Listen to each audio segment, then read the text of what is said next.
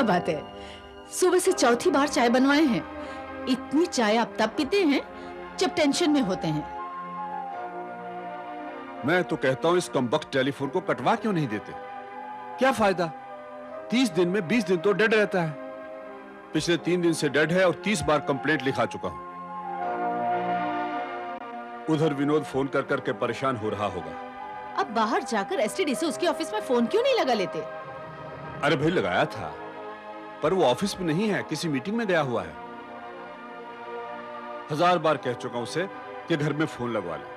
कम से कम मुझसे ना सही तो बहू से तो बात हो जाएगी। लगवा लेगा। अब इतनी बड़ी फैमिली है और कमाने वाला वो अकेला।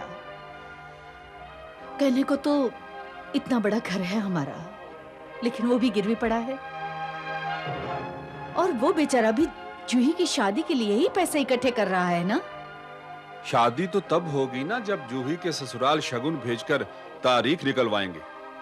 पर अभी तो ये भी पता नहीं है कि विनोद आ भी रहा है या नहीं। लास्ट वीक उसकी चिट्ठी आई तो उसमें उसने लिखा था ना कि अगर छुट्टी नहीं मिली तो शगुन के खर्चे के पैसे मनी ऑर्डर से भेज देगा। पर अभी तक तो ना उसका पता है ना उसके मनी ऑर्डर का। माँ जी, इस रूम की भी सफाई कर दूं? हाँ हाँ कर दो। मैं जूही के साथ जाकर एक बार फिर से टेलीफोन कंप्लेंट लिखवा कर आता हूं। अरे जूही बेटा। बोलिए बाबूजी। अरे ये क्या कर रही हो? भाभी के लिए स्कार्फ बुन रही हूँ, उनके लिए कुछ तो लेकर जाऊंगी ना। पहले पता तो चल जाए कि विनोद आ भी रहा है या नहीं। उसके साथ दिल्ली जाने की बात बाद में सोच लेना। मैं देखती हूँ, भैया का फोन होगा दिल्ली से। हेलो। हाँ जूही। हाँ भैया, हम सब आपके फोन का इंतजार कर रहे थे। आप कैसे हैं? हाँ जूही, मैं ठीक हूँ, तुम सब कैसे हो? सब अच्छे भैया। आप राखी पे आ रहे हो ना? जूही मेरा अभी कुछ तय नहीं हुआ है। ओह नो भैया, भैया आप कैसे भी मैनेज करके यहाँ प्लीज आ जाओ। हाँ जूही, मैं पूरी कोशिश कर रहा हूँ। हो सकता है मैं राखी की सुबह ही आकर उसी रात तुझे लेकर वापस लौट आऊं। अच्छा सुन, जरा बाबूजी से बात करा। हाँ भैया, 1 मिनट लीजिए बाबूजी। हाँ बेटा। अरे हम सब कब से तेरे फोन की राह देख रहे हैं बेटा। अच्छा क्या हुआ, तू आ रहा है या नहीं? बाबूजी अभी छुट्टी सैंक्शन नहीं हुई है और यहाँ पे काम भी इतना है कि पता नहीं छुट्टी मिले या ना मिले। इसका मतलब अभी तक कुछ पक्का नहीं है? जी बाबूजी, अब क्या करूं, काम ही इतना है। पर मैं कल से फोन लगा रहा हूं, घर का फोन लग नहीं रहा। अब जाके लगा, क्या बात है, फोन खराब है? अरे फोन का क्या बताऊं बेटा, ये 20 घंटे डेड रहता है और 4 घंटे चलता है। लेकिन अगर तू नहीं है बेटा तो ये सब कैसे क्या करेंगे बेटा? वो तूने मनी ऑर्डर भी नहीं भेजा? बाबूजी आप फिक्र मत कीजिए, मैंने पूरा इंतजाम कर दिया है। मेरे साथ मेरे ऑफिस में यहाँ एक दोस्त है जिसका नाम है जतिन शर्मा। वो कल सुबह राजधानी एक्सप्रेस से मुंबई आ रहा है। मैंने उसके साथ जूही के लिए राखी का गिफ्ट और 10,000 रुपए भिजवा दिए। हो सकता है मैं ना आ पाऊं। अगर मैं ना आ पाया बाबूजी तो आप जूही को उसके साथ दिल्ली भेज दीजिएगा, ठीक है? क्या नाम बताया तुम्हारे दोस्त का? जतिन? जी बाबूजी। हाँ हाँ ठीक है बेटा, लेकिन बेटा तुम खुद भी आने की कोशिश जरूर करना। जी बाबूजी, पूरी कोशिश करूंगा। माँ को चरण स्पर्श कहिएगा। अच्छा बोल दूंगा। क्या कह रहा है, आ रहा है कि नहीं? अरे भाई सब्र करो, बताता हूं। मुझे पहले अपनी चाय तो पूरी पी लेने दो।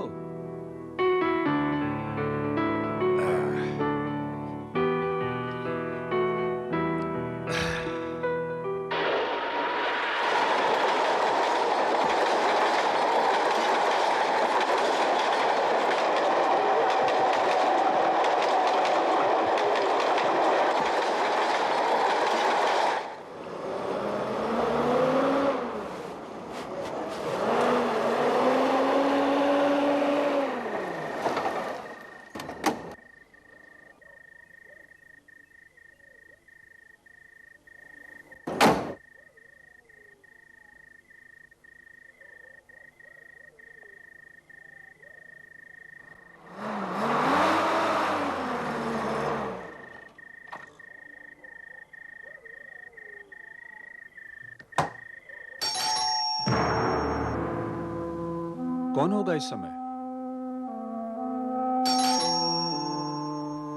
जूही को तो मेरे आने की उम्मीद ही नहीं होगी। मुझे देखेगी तो हैरान हो जाएगी। बाबूजी, कैसे हैं आप? विनोद बेटा, तू इस वक्त? जी बाबूजी।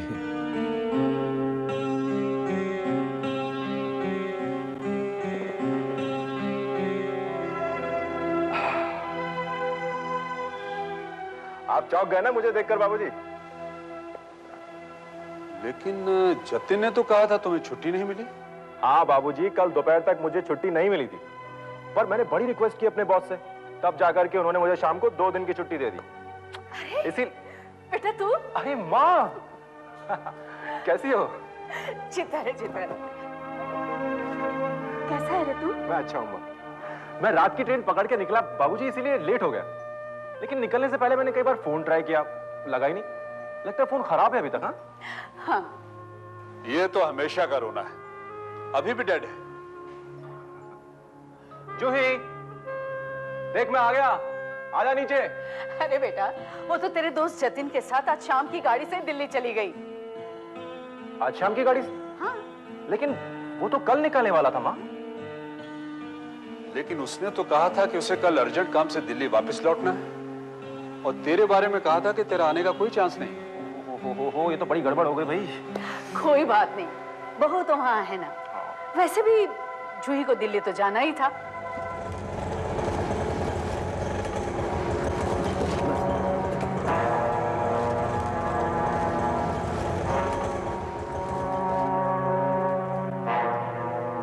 कितने हुए?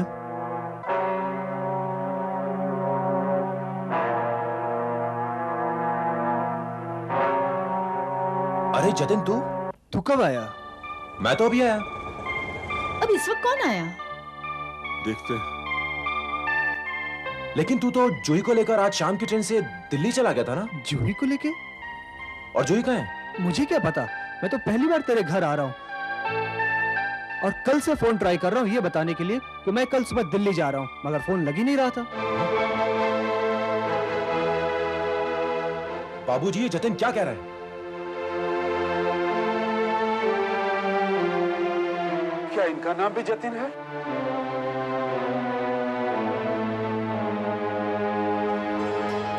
बाबूजी, यही मेरा दोस्त जतिन शर्मा है,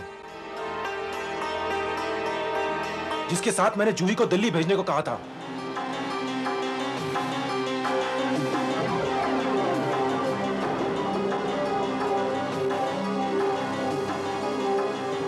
हे भगवान, तो फिर वो कौन था? आखिर बात क्या है विनोद? मेरी तो कुछ समझ में नहीं आ रहा। माँ और बाबूजी कह रहे हैं कि जतिन शर्मा यहाँ आया और जूही को आज शाम की ट्रेन से दिल्ली लेकर चला गया, और तू तो मेरे सामने खड़ा है। ओह माय गॉड, ये तो गजब हो गया विनोद। यानी कोई मेरे नाम से जूही को ले गया? तेरे कहने का मतलब है कोई और यहाँ जतिन शर्मा बन के आया और धोखा देके चला गया?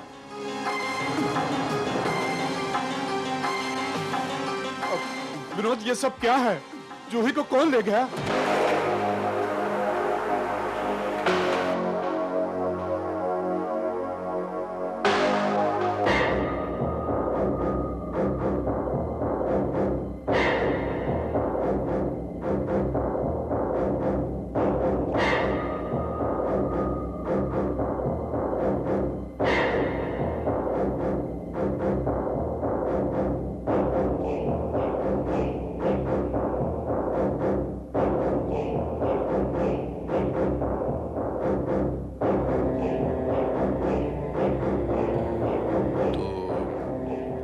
आप हैं मिस्टर जतिन शर्मा? जी हाँ।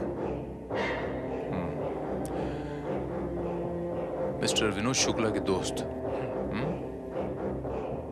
आप इनकी बहन को बॉम्बे से दिल्ली लेके जाने वाले थे? जी हाँ।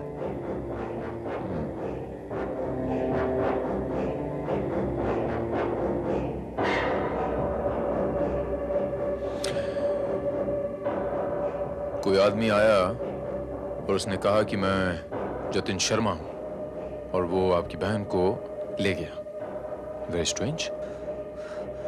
पता नहीं वो कमीना कहां ले गया होगा मेरी बहन को इंस्पेक्टर साहब। कोई धमकी का फोन या कोई डिमांड वगैरह आई आपको? जी नहीं, इंस्पेक्टर साहब, जल्द से जल्द मेरी बच्ची को ढूंढ निकालिए, वरना इस बात का पता उसके ससुराल वालों को चल जाएगा और वो सगाई तोड़ देंगे। मेरी बच्ची की जिंदगी बर्बाद हो जाएगी। तुम्हें सगाई की पड़ी है, पता नहीं बेचारी किस हाल में होगी। एक मिनट, चिंता करने की जरूरत नहीं हो कि आप फिक्र न करें, मैं आपकी बेटी को जल्द से जल्द ढूंढ निकालूंगा। वो जो जतिन शर्मा बनकर आपके पास आया था, उसकी उम्र क्या रही होगी? यही कोई 30-35।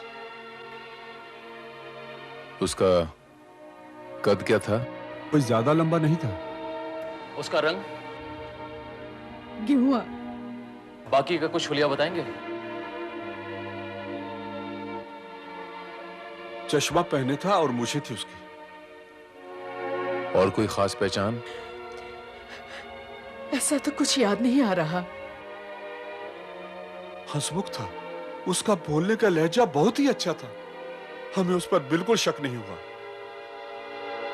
और ऐसी मीठी मीठी बातें करता था कि हमें पता भी नहीं चला कि उसकी बातों के पीछे जहर भरा हुआ है। आपने बताया था कि वो आपको 10,000 रुपए और चूही के लिए रिस्ट वॉच और मिठाई का डब्बा देकर गया, जी। और यही चीजें भेजने की बात आपने अपने पिताजी से फोन पर कही थी। जी हाँ, मैंने जतिन के हाथ 10,000 रुपए और जूही के लिए राखी का तोहफा भेजने की बात कही थी।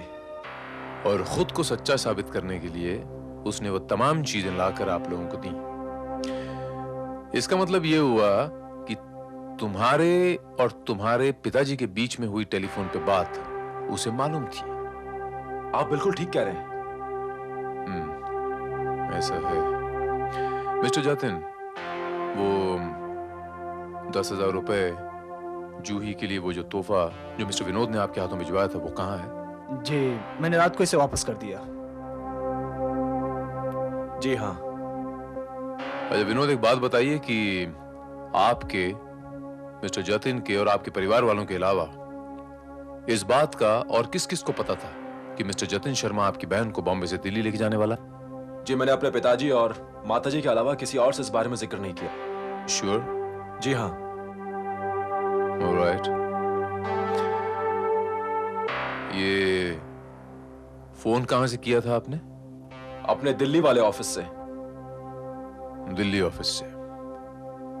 ऐसा भी तो हो सकता है मिस्टर विनोद कि जब आप फोन कर रहे थे ऑफिस से तो आपकी बातें किसी ने सुन ली हो और इस बात का फायदा उठाने की कोशिश की हो। जी, इस बारे में कुछ भी कहना बहुत मुश्किल है। जब आप फोन पे बात कर रहे थे तो आप लोगों के अलावा बाहर का कोई आदमी इस घर में मौजूद था? जी नहीं। हाँ था, रमेश, हमारा नौकर। फोन रखने के बाद इन्होंने जब विनोद से हुई सारी बातें मुझे बताई तब रमेश वहीं पे मौजूद था। ये रमेश आपके पास कब से काम कर रहा है? 5 महीने से। इस वक्त कहाँ है वो? दूसरे कमरे में सफाई कर रहा है। श्रीवास्तव। सर,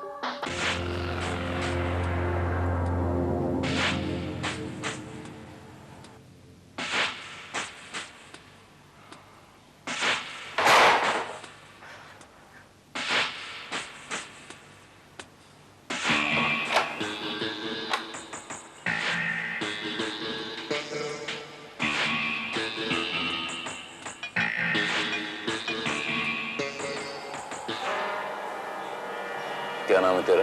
रमेश? जी हाँ साहब। यहाँ से पहले कहाँ काम करते थे? जी वो ए, वो क्या लगा रखी है? यहाँ से पहले कहाँ नौकरी करते थे तुम? जी टेनिस प्लेयर अतुल परचूरे के यहाँ। क्या बताया? अतुल परचूरे? वो फेमस टेनिस प्लेयर? जी साहब। कितना अर्सा काम किया तुमने यहाँ? 13 महीने। नौकरी से निकाले गए थे या अपनी मर्जी से छोड़ी थी? अपनी मर्जी से। सच बोल रहे हो? जी। श्रीवास्तव, अतुल परचूरे।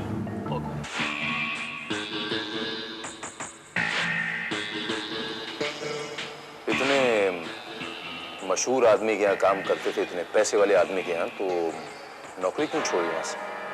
क्या बताएं साहब, आदमी जितना पैसे वाला होता है, जितना बड़ा होता है, उसका दिल इतना बड़ा नहीं होता। अच्छा, तजुर्बे से कह रहे हो? हाँ? जी साहब। वो जो आदमी जूही को लेके गया था, उसको देखा था ना तुमने? देखा तो साहब, मैंने उसे खाना भी खिलाया था।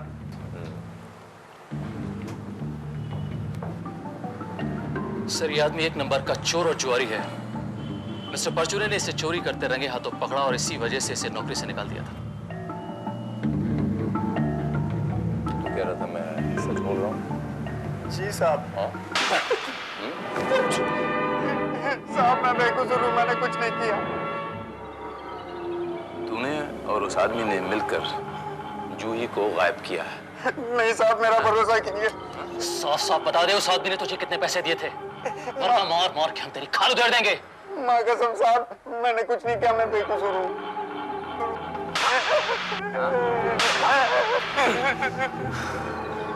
बता, जूही को लेकर कहाँ गया है वो आदमी?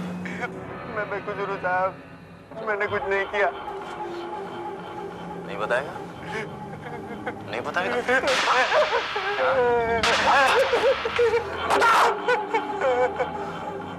साहब, जूही दीदी को मैं अपनी बहन की नजरों से देखता हूँ साहब। मैं और कुछ भी कर सकता हूँ, मगर ये काम नहीं कर सकता। मैं बेकसूर हूँ। चल जा।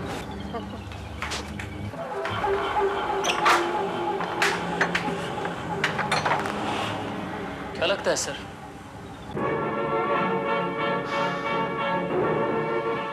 Is innocent Srivastava. कम से कम इस केस के अंदर तो इसका कोई हाथ नहीं है।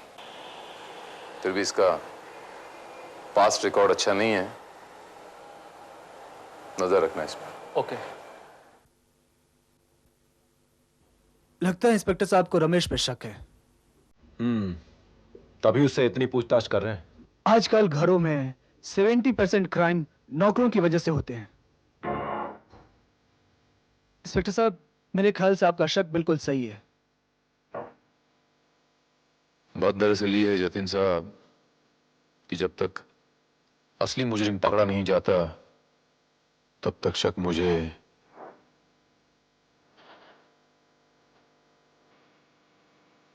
किसी पर भी हो सकता है, आप पर भी हो सकता है। इंस्पेक्टर साहब, विनोद की बहन मेरी बहन की जैसी है। जैसी है? बहन तो नहीं है ना? पर जमाना बहुत खराब है जतिन साहब। इंसान की नीयत से ज्यादा घटिया और कोई चीज ही नहीं है। विनोद, क्या तुम्हें भी मुझ पर शक है?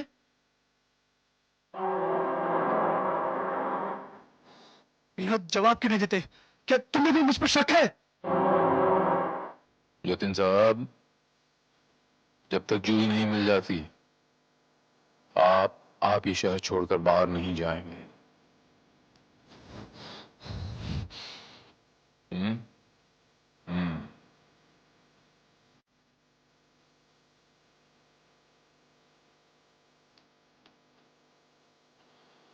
आत्माराम जी, वो जतिन का नाम लेकर जो शख्स आपके पास आया था, वो गिफ्ट और वो मिठाई विठाई लेकर, वो सब सामान कहाँ है?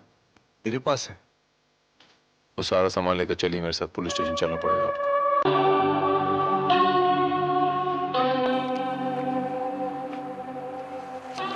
इन तस्वीरों को जरा गौर से देखिएगा।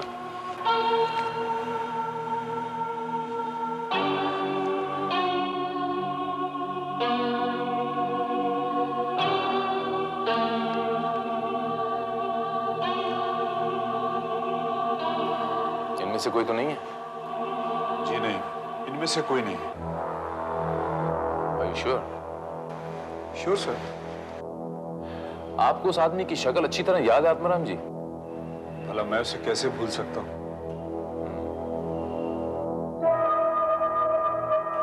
वो जो सामान देकर गया था, वो कहाँ है? ये वो 10,000 रुपए और ये घड़ी का केस है। घड़ी तो जूही के हाथ में है। और ये मिठाई।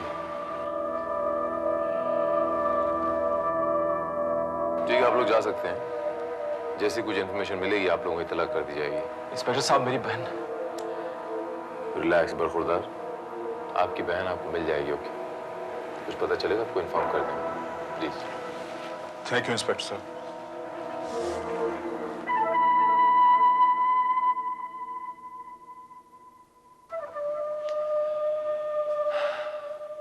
Srivastava,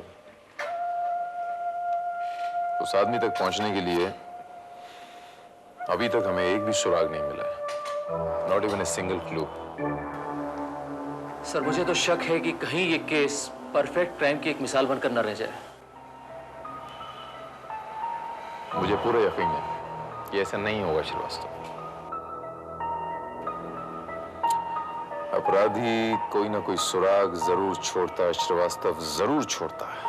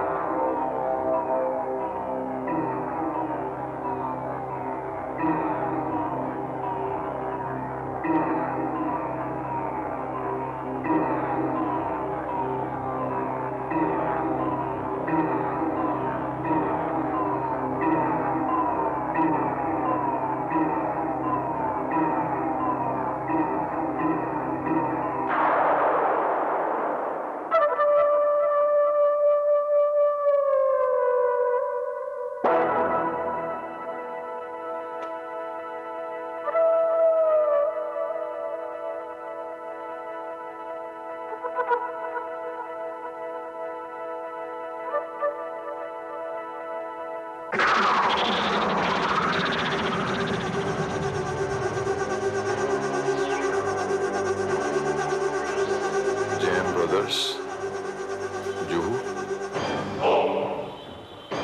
lucky coupon number 009196।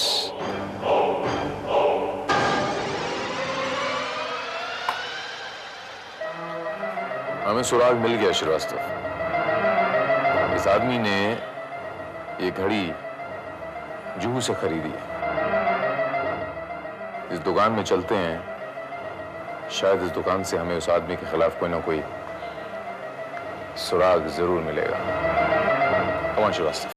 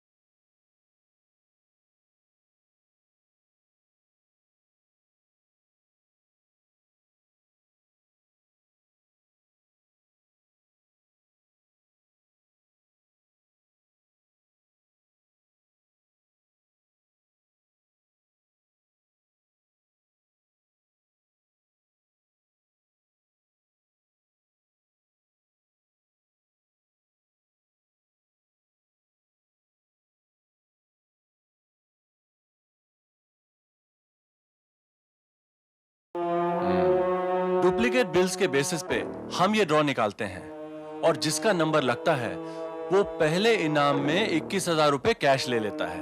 Original bill हमें दिखा देता है और हम उसे पैसा दे देते हैं। और ये अनाउंस कहाँ करते हैं आप? मतलब अखबार के जरिए।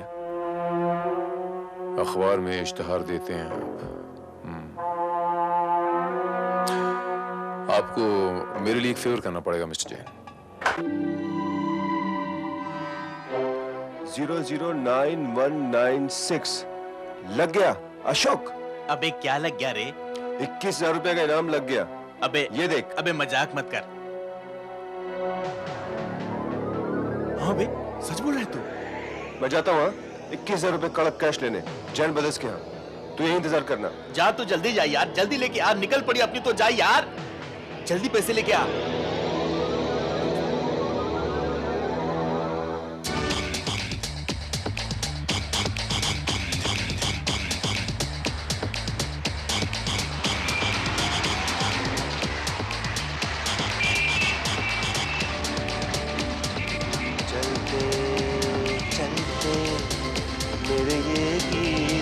याद रखना, कभी अलविदा ना कहना, कभी अलविदा ना कहना। चलते चलते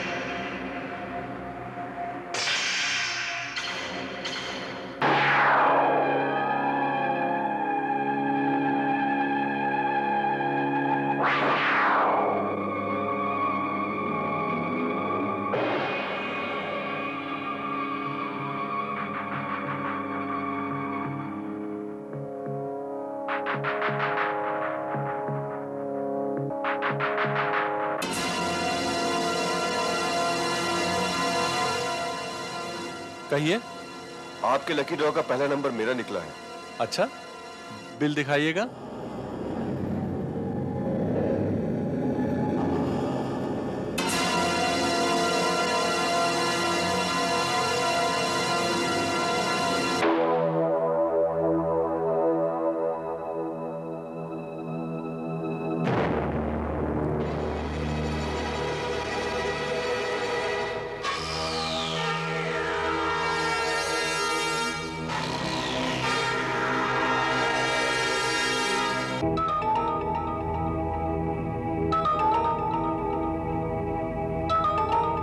मुबारक हो, पहला इनाम आप ही का निकला है। Thank you sir. आप जरा इस पैड पर अपना नाम, पता और टेलीफोन नंबर लिख दीजिए। जरूर।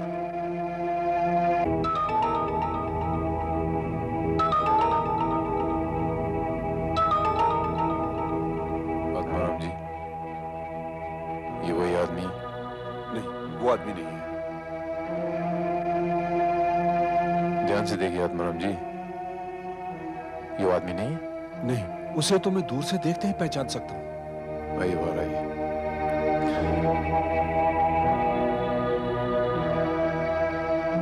ठीक है,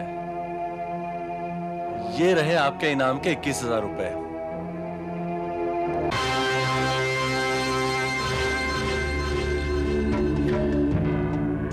श्रीवास्तव, हमारे कहने पे जैन साहब ने डब्बे का नंबर अखबार में छपा तो दिया था, लेकिन आत्माराम जी कहते हैं कि ये आदमी वो है ही नहीं। अब क्या किया जाए सर? इस आदमी का उस मुजरिम से कोई ना कोई ताल्लुक जरूर है श्रीवास्तव। इस आदमी का पीछा करते हैं, ये हमें उस मुजरिम तक जरूर लेके जाएगा। Come on Srivastava.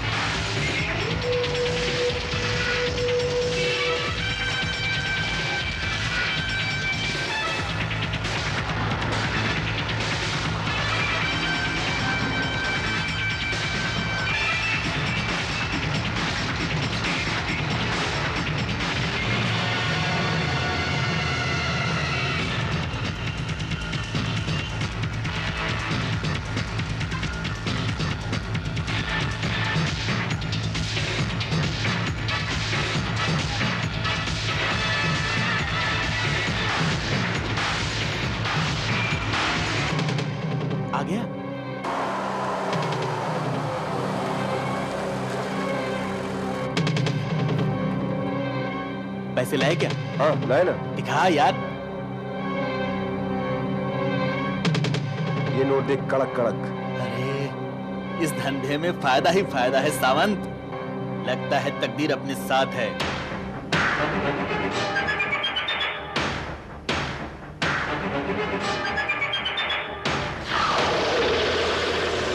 नमस्ते अंकल। हाँ नमस्ते बेटा, जीते रहो। अंकल मैं विनोद का दोस्त हूँ। जतिन शर्मा मेरा नाम है और मैं दिल्ली से आया हूँ। हाँ अच्छा अच्छा अच्छा, बैठो बैठो बेटा। शुक्रिया शुक्रिया अंकल। ये 10,000 रुपए विनोद ने दिया है। ये राखी का गिफ्ट जूही के लिए और ये मिठाई मेरी तरफ से। इंस्पेक्टर साहब ये वही आदमी है, पकड़ लीजिए इसे।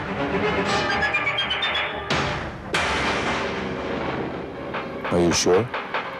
हाँ हाँ ये वही है, बिल्कुल वही है। रख ले ऐश कर। Srivastava. Sir. Come on Srivastava. ए! सावंत वो देख, कुछ गड़बड़ है। चल भाग। श्रीवास्तव पकड़ो उसको।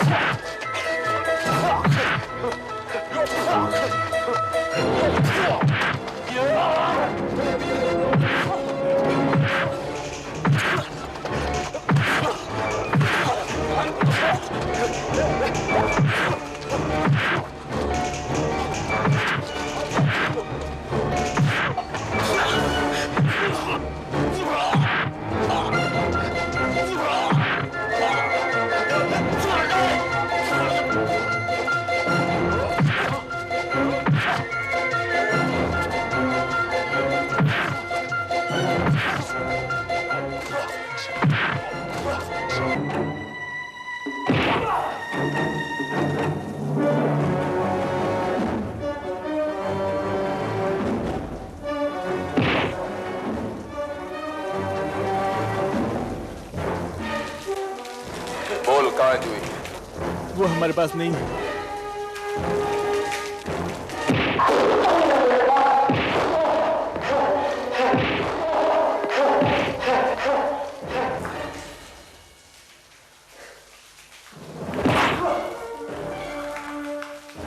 मेरे पास नहीं है। हाँ हाँ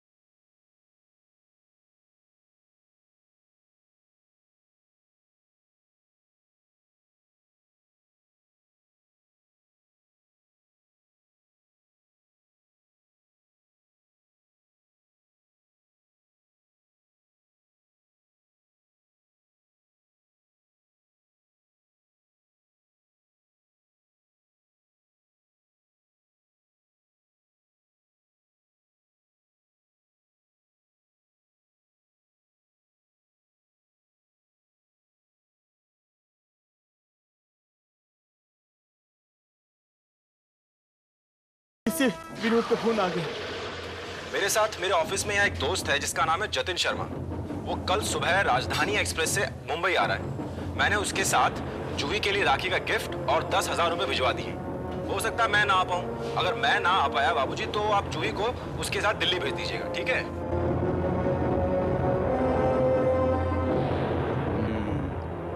सावंत, बोलना। एक मछली को फांसने का प्लान दिमाग में आया है।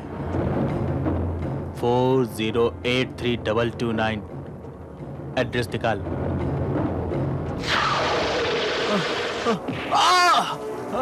हमने हमने हमने हमने हमने हम जू के घर का फोन दोबारा डेट कर दिया। मैं जतिन शर्मा बनकर जूही के घर पहुंच गया। जूही के माँ बाप ने जतिन शर्मा समझकर जूही को मेरे साथ भेज दिया। बस बस बस बस। तो लाइन मैन है तू? हाँ? हाँ? हाँ? बोलेगा। तुम जैसे लोगों को जितना मारा जाए कम है। ये जमीला भाई का अड्डा कहाँ है बता? ये तेरे 3 लाख जमीला भाई कहाँ है तेरी? दिखा। सबर करो सेठ, सबर करो, अभी बुलाती हूँ। रज्जू, लड़की को लेकर आओ। हीरा है हीरा।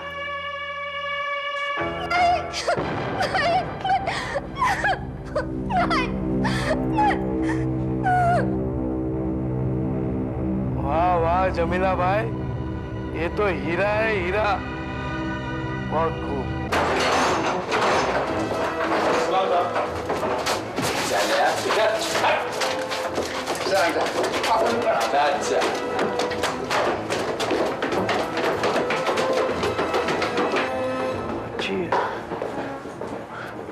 अगर कोई यहां से हिला तो उसे गोली मार दूंगा मैं। इजाजत मिलो सबको। खड़े हो जाओ। Stand up.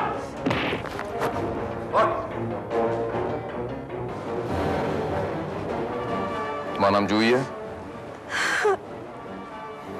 चलो, डोंट वरी, सब ठीक हो जाएगा। अब मैं तुम्हें घर छोड़ देता हूँ।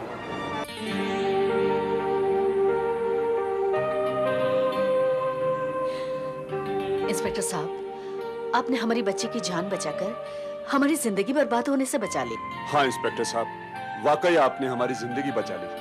Thank you very much. It was my duty.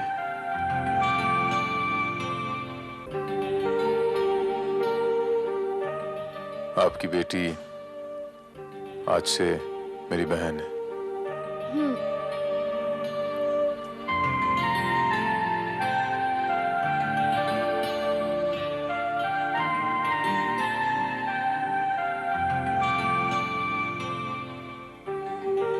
भगवान आप जैसा भाई सबको दे। और तेरी जैसी बहन भी।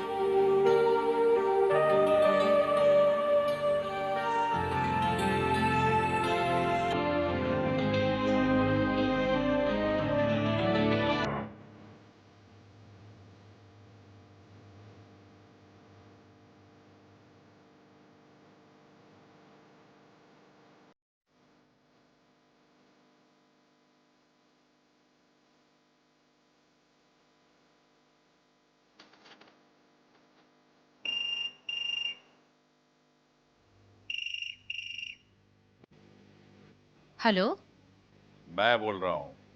जेके, you? I am missing you so much darling. लेकिन जेके, हम लोग कल रात ही तो साथ थे। हाँ, लेकिन कल रात यानी पूरे 17 घंटे पहले, यानी 1020 मिनट पहले, यानी 61,200 सेकंड पहले, यानी कि क्या? यानी कि मैं अभी तुम्हें देखना चाहता हूँ। अभी तुम्हें छूना चाहता हूँ, तुम्हें महसूस करना चाहता हूँ। नहीं जेके, आज नहीं, फिर कभी। क्यों? वो क्या है ना, मैं अपनी सहेलियों के साथ आज हम साथ साथ देखने जा रही हूँ। तुम हम साथ साथ देखने जा रही हो और मुझे साथ लिए बगैर? जेके, वो कितने दिनों से मेरे पीछे पड़ी हुई हैं। कम से कम एक दिन तो मुझे उनके साथ गुजारने दो। नो नो जान, तुम्हारे हर दिन, हर घंटे, हर पल पर मेरा हक है, सिर्फ मेरा हक है। वो तो है darling, but I am extremely sorry for today. देखो स्मिता, जेके 5 बज चुके हैं, वो लोग आती होंगी, मुझे तैयार भी होना है। मैं फोन रख रही हूँ। स्मिता, अगर तुमने फोन रखा तो फिर कभी मेरी आवाज नहीं सुनोगी, कभी मेरी शक्ल नहीं देखोगी। देखो मैं बाय।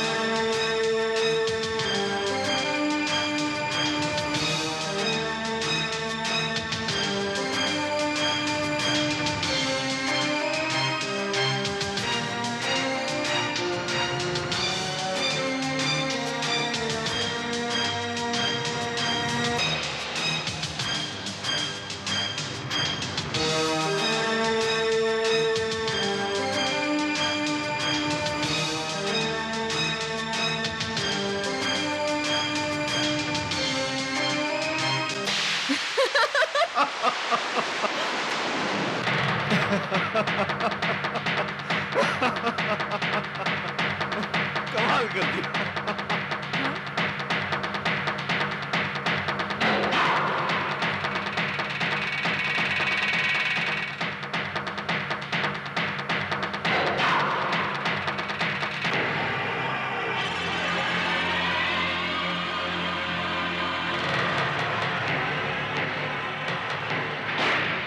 कम हो गया मालकिन, मैं जाऊं? हाँ, लेकिन कल जल्दी आना। जी मालकिन।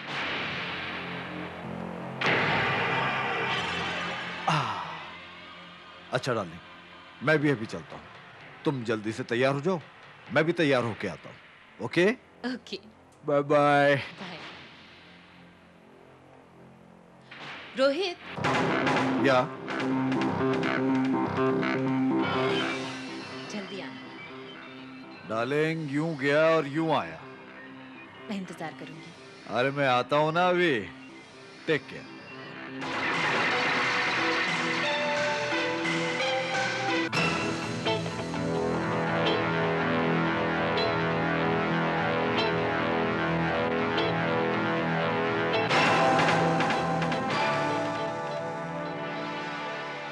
ओ खई के पान बनारस वाला।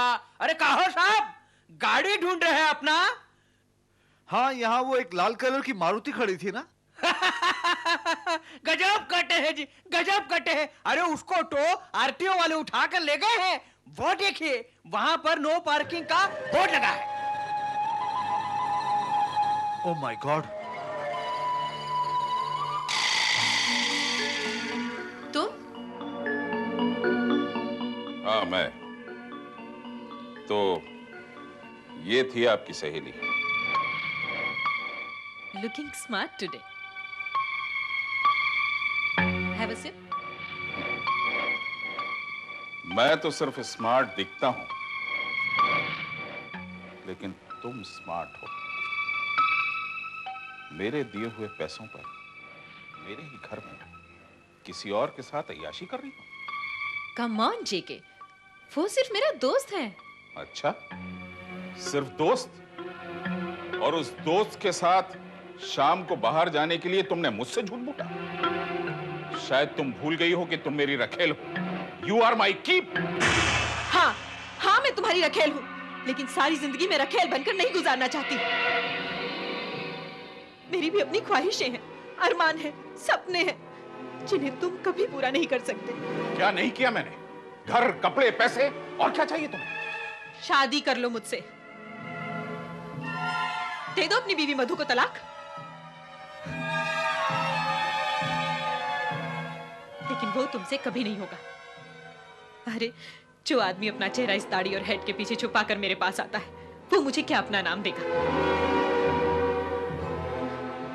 तुम्हें क्या पता अपने रिलेशंस दुनिया से छुपाने के लिए मुझे क्या क्या करना पड़ता है। लेकिन रोहित मुझे वो सब कुछ देने के लिए तैयार है जो मुझे चाहिए। रोहित मुझसे शादी करने के लिए तैयार है जेके। वो मुझे अपना नाम देने के लिए तैयार है। मैं अपनी जिंदगी से तंग आ चुकी हूँ, और रोहित, वो मुझे एक नई जिंदगी देना चाहता है। समझे तुम? नई जिंदगी।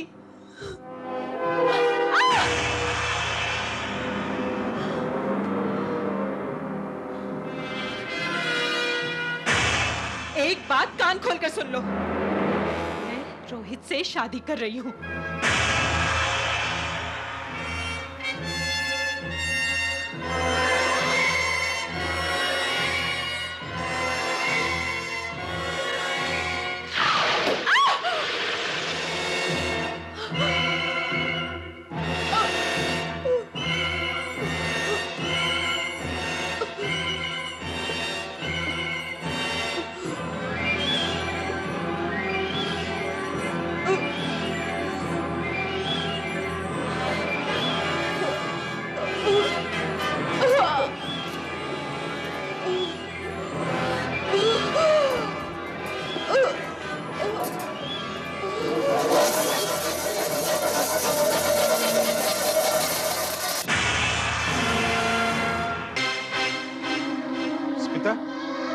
स्मिता,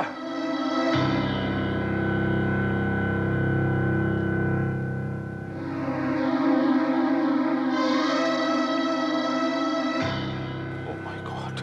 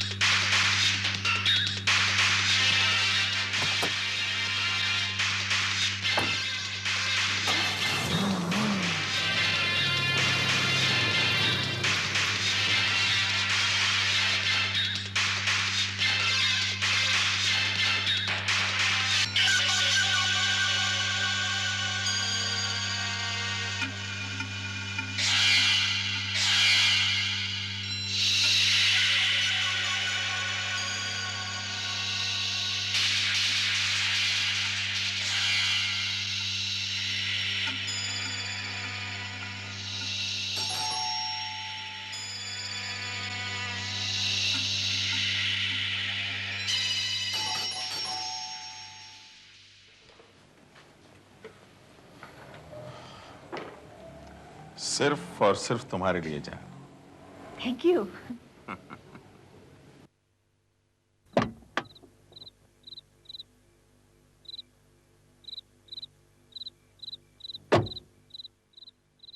अरे क्या हुआ साहब? गाड़ी मिल गई ना? हाँ, मिल गई थी। पापा पापा पापा पा। स्मिता, स्मिता, स्मिता, कहाँ गई वो? Smita, oh my god, no, Smita,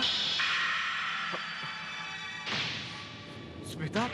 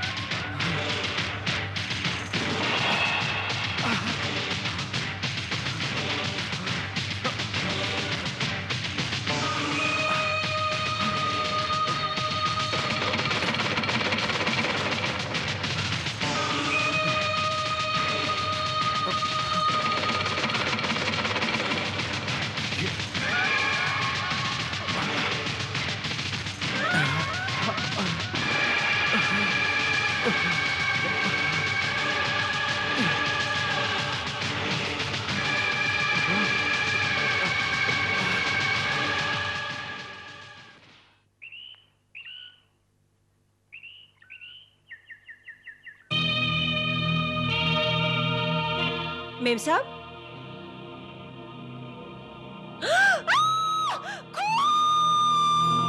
milord, case बिल्कुल आईने की तरह साफ है। सिर्फ 6 महीने के बाद ही अदालत के लिए इस केस में जानने को कुछ भी बाकी नहीं रह गया है। पोस्टमार्टम की रिपोर्ट के मुताबिक कत्ल 5:30 से 6:30 बजे के बीच किया गया और मुलजिम रोहित उस दौरान मकतूला स्मिता के साथ ही था। इसकी गवाही स्मिता की नौकरानी शांताबाई, स्मिता के घर के सामने पान वाले Pandey ji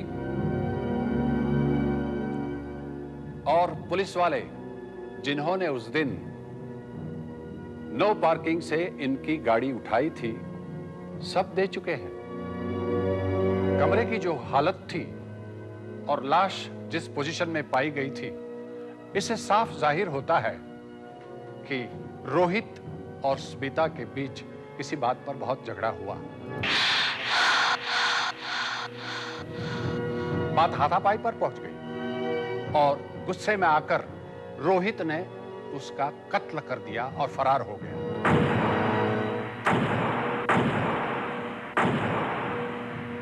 it's a crime of passion. लेकिन एक मशहूर कहावत है मिलॉर्ड कि कातिल हमेशा कत्ल की जगह पर एक बार लौटकर जरूर आता है, और मुलजिम रोहित ने भी वही किया। 7 बजने की ठीक थोड़ी देर बाद वो मौका वारदात पर आया और वहां से अपने जुर्म का हर सुराग मिटाने की कोशिश की।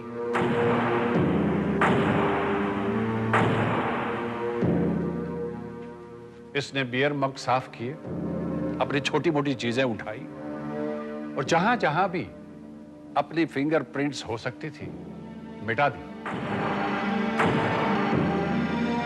लेकिन इसे मालूम नहीं था कि जुर्म अपनी गवाही खुद देता है। तमाम कोशिशों के बावजूद मौका वारदात पर 6 जगह पर अपनी फिंगरप्रिंट्स और बाहर 3 गवाह छोड़ गया। It's an open and shut case. अदालत से मेरी दरख्वास्त है कि ताज़ीरात हिंद दफा 302 के तहत मुलजिम को मुजरिम करार देते हुए कड़ी से कड़ी सजा देनी चाहिए। That's all, Your Honor. वकील सफाई को कुछ कहना है? No your honour. तमाम गवाहों के बयानात और मौका वारदात पर प्राप्त सबूतों के आधार पर यह अदालत मुल्जिम रोहित पटवर्धन को मुजरिम करार देते हुए ताजरात हिंद की दफा 302 के तहत सजाए मौत का हुक्म देती है। और कौन कौन आया था? देखो श्याम जी, तुम्हें थोड़ा याददाश्त पे जोर डालना पड़ेगा, क्योंकि तुम्हारे इस बयान पे एक जिंदगी निर्भर है।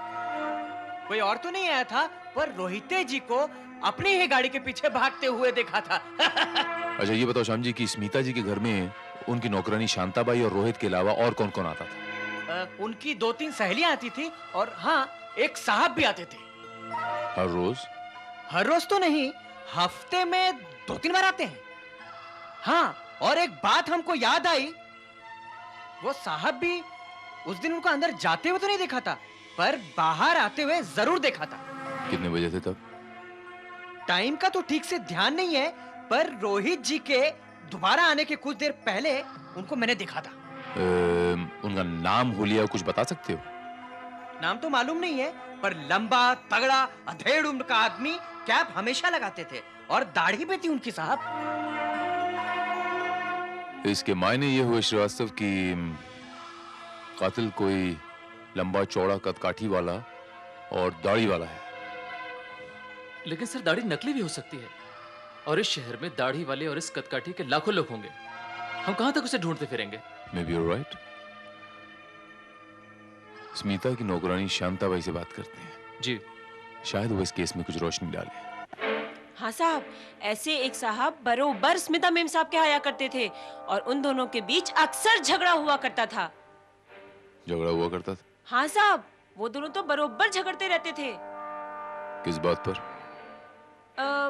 शायद किसी मधु नाम की लड़की को लेकर झगड़ा हुआ करता था। शायद वो उस आदमी की पत्नी रही होगी। ऐसी। क्या कत्ल वाले दिन तुमने उसे देखा था? नहीं साहब, उस दिन तो वो आदमी बाहर नहीं आया था। उस आदमी का नाम क्या है? नाम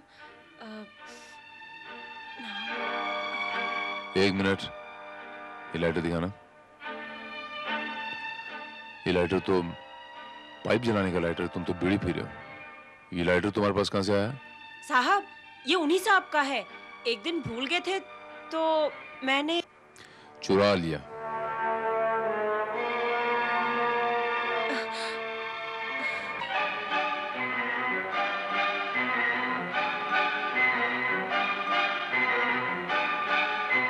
इस लाइटर के ये मायने हुए कि कातिल पाइप पीता है। कातिल का नाम जेके है, उसका शॉर्ट फॉर्म।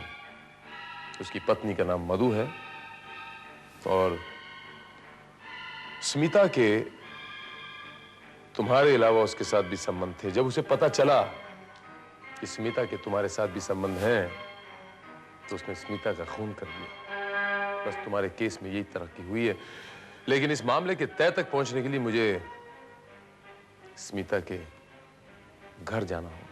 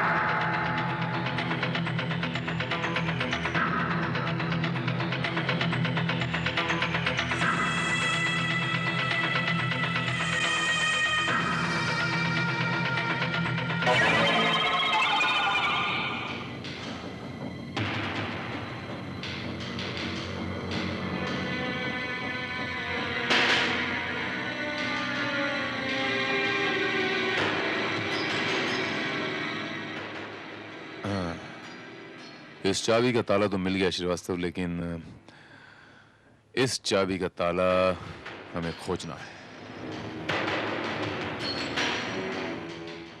पूरे कमरे की तलाशी लो श्रीवास्तव। सर।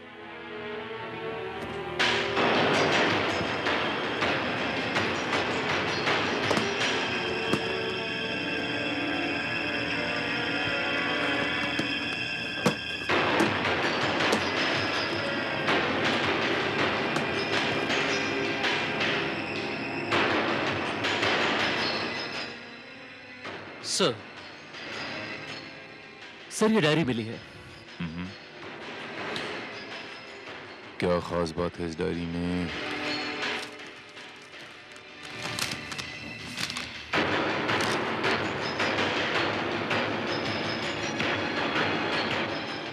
Very strange. बाकी सारे नंबरों से पहले नाम लिखा हुआ है, लेकिन एक नंबर बिना नाम का।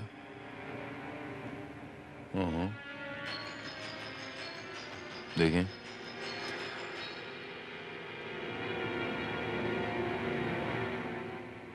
Hello, district criminal court. ये डिस्ट्रिक्ट क्रिमिनल कोर्ट?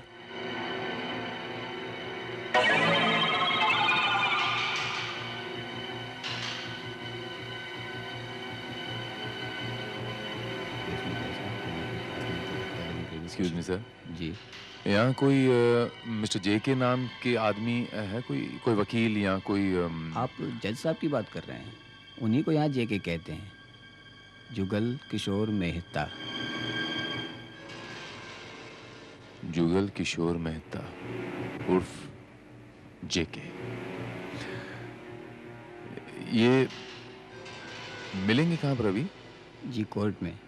उन्होंने वॉलंटरी रिटायरमेंट ले ली है, आज उनका आखिरी दिन है। जिंदगी के 17 साल मैंने इस जगह पर गुजारे। शुरू के 10 साल एक वकील के रूप में और 7 साल एक जज के रूप में।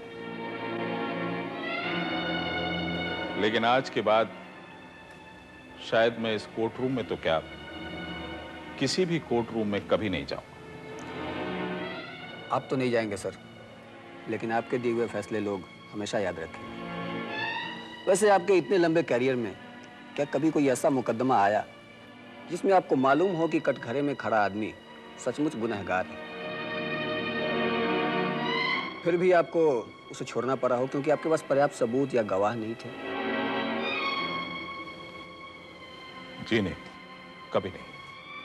हाँ, कभी कभी ऐसा जरूर होता है कि कुछ समय के लिए अपराधी सजा से बच जाता है, लेकिन एट लास्ट, अब इसे अपराधी का दुर्भाग्य कहें या कानून का भाग्य, कुछ ना कुछ ऐसा होता है कि मुजरिम पकड़ा जरूर जाता है। इसे आप ईश्वरीय न्याय कह लें या कॉस्मिक जस्टिस, लेकिन मुजरिम हमेशा पकड़ा जाता है। Excuse me sir.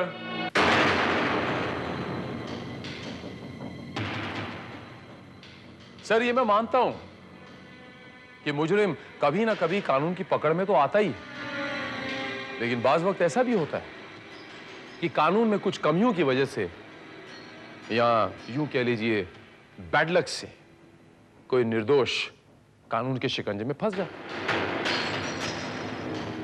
मैं आपसे पूछता हूं सर, क्या कभी आपके सामने ऐसा कोई केस आया जहां आपको पता है कि वो इंसान जो कटघरे में खड़ा है वो निर्दोष, सारे गवाह और सबूत उसके खिलाफ हैं, लेकिन फिर भी आपको उसे सजा सुनानी पड़े? जवाब तो मैं दूंगा, लेकिन आप? सर, ये इंस्पेक्टर भारत, क्राइम ब्रांच से। Oh, hello inspector. Hello sir. Sir, if you don't mind, आप लोग बातें करें, मैं इजाजत चाहूंगा। Thank you sir. I'm extremely sorry to disturb you, sir. पर बात दरअसल ये है कि मैं एक थीसिस लिख रहा हूँ, capital punishment versus life imprisonment, और इसी सिलसिले में आपसे चंद बातें करना चाहता हूँ। Oh yes, Why not? Why not? लेकिन इंस्पेक्टर, मेरी नजर में ऐसा कोई केस अभी तक गुजरा नहीं है जिसमें बेगुनाह को सजा हुई, और मैं सोचता हूं कि ऐसा हो भी नहीं सकता। मगर फिर भी कभी अगर ऐसा हुआ हो तो लेट्स सपोज तो केस रीओपन करना पड़ेगा।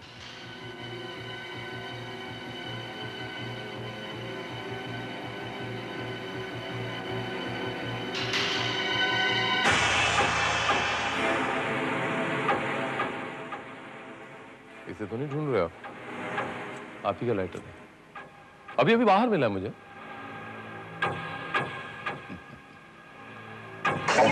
मेरे पास अपना लाइटर।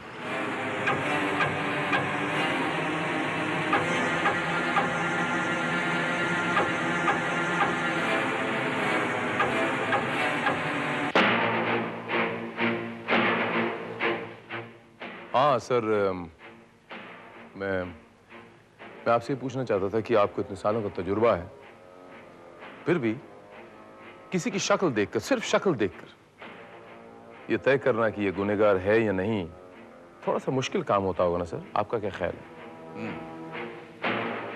क्या नाम बताया आपने आपका? Inspector Bharat. Mister Bharat, inspector होने के नाते आपको यह मालूम होना चाहिए कि अदालत का फैसला किसी की शक्ल देखकर नहीं होता।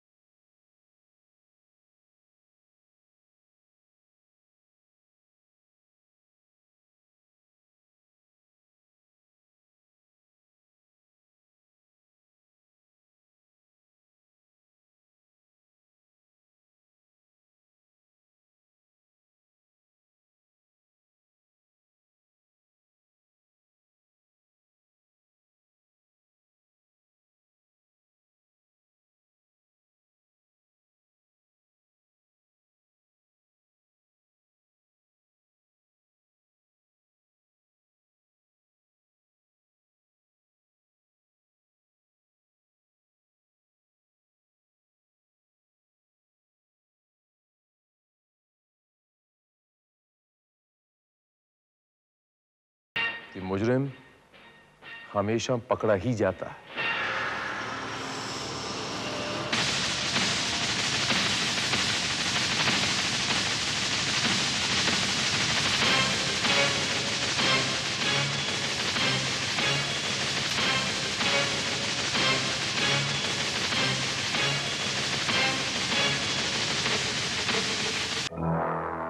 Sir. Srivastava, any progress? Sir, Jugal Kishore के घर का नंबर है 6360-329 और उनका एड्रेस है 305 जजेस कॉलोनी। श्रीवास्तव, तुम एक काम करो, डिपार्टमेंट के स्केचिंग आर्टिस्ट को बुलाओ जी। और वो जेके की पत्नी का क्या नाम बताया था शांताबाई ने? Madhu. Madhu, just a moment.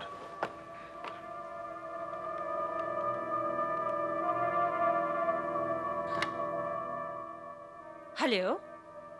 Can I speak to Mrs. Madhu Jugal Kishore, please? Yes speaking. देखिए मिसेस जेके, मैं इंस्पेक्टर भारत बोल रहा हूँ। मुझे आपसे कुछ जरूरी बातें करनी है। मैं कब मिल सकता हूँ आपको और कहाँ? Okay, thank you.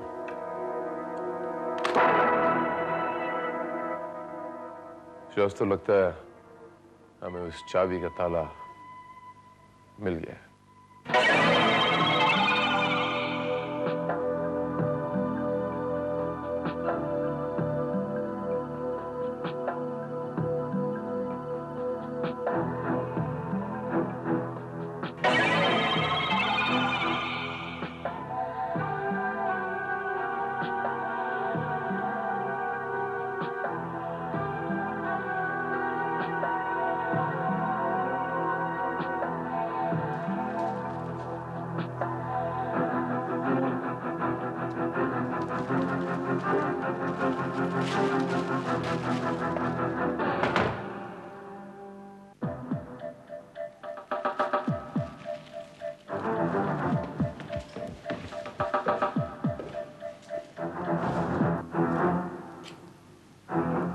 अंधेरा क्यों है? ये मधु कहाँ गई?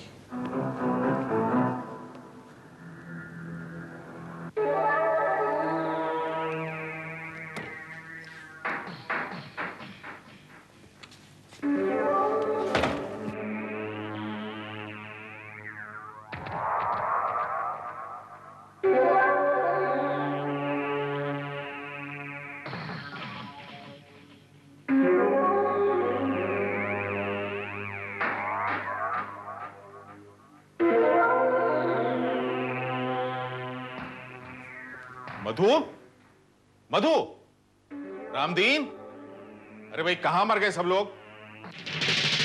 कोई नहीं मरा जज साहब, न मधु न रामदीन, और अब तो रोहित पटवर्धन भी नहीं मरेगा। मरी है तो सिर्फ स्मिता, स्मिता वाटकर। तुम? जी हाँ, जस्टिस जुगल किशोर उर्फ जेके। आपने ने कहा था ना कभी कि कानून के भाग्य से और कातिल के दुर्भाग्य से कोई ना कोई ऐसी चीज हो जाती है कि अंततः कातिल पकड़ा ही जाता है। आपने कहा था ना? ये देखिए, 6 महीने बाद एक सुराग धरती का सीना फाड़कर बाहर निकला। ये चाबी स्मिता जी के घर की और ये चाबी आपके घर की। यही वो चाबी है जिससे मैंने आपका दरवाजा खोला और आपके घर में आ गया। तुम कहना क्या चाहते हो? कहना नहीं, आपको कुछ दिखाना चाहता हूं।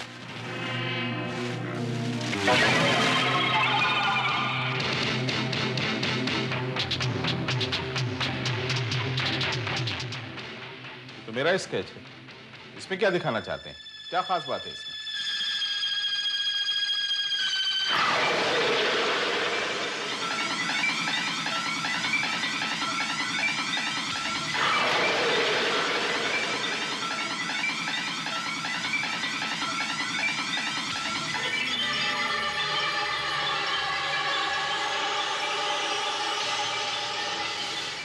इसमें तो है।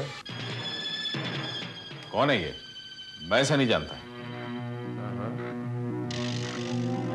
शांताबाई पांडे।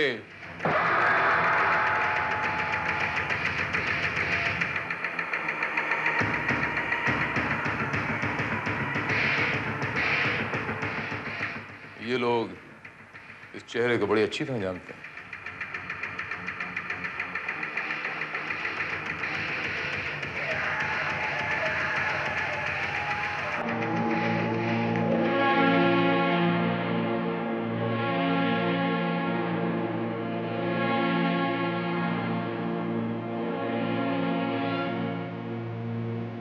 मैंने कभी सपने में भी नहीं सोचा था कि आपका ये रूप भी हो सकता है।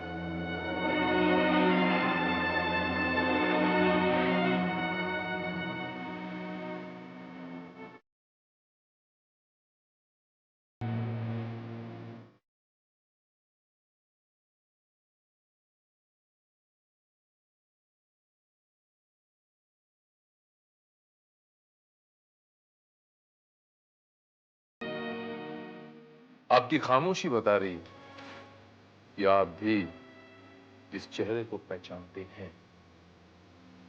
अब आप कहते हैं जस्टिस जुगल किशोर, ये हाई कोर्ट में रोहित पटवर्धन केस जीत जाएगा या हार जाएगा?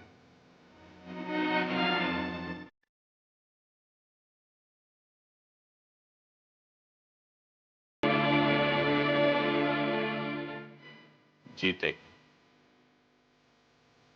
रोहित पटवर्धन जीतेगा। I am guilty. स्मिता का खून मैंने किया है।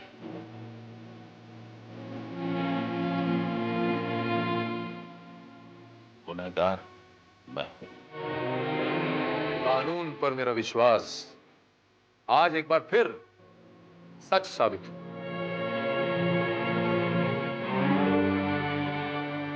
चाहे कुछ भी हो जाए, मुजरिम कभी ना कभी पकड़ा जरूर जाता है।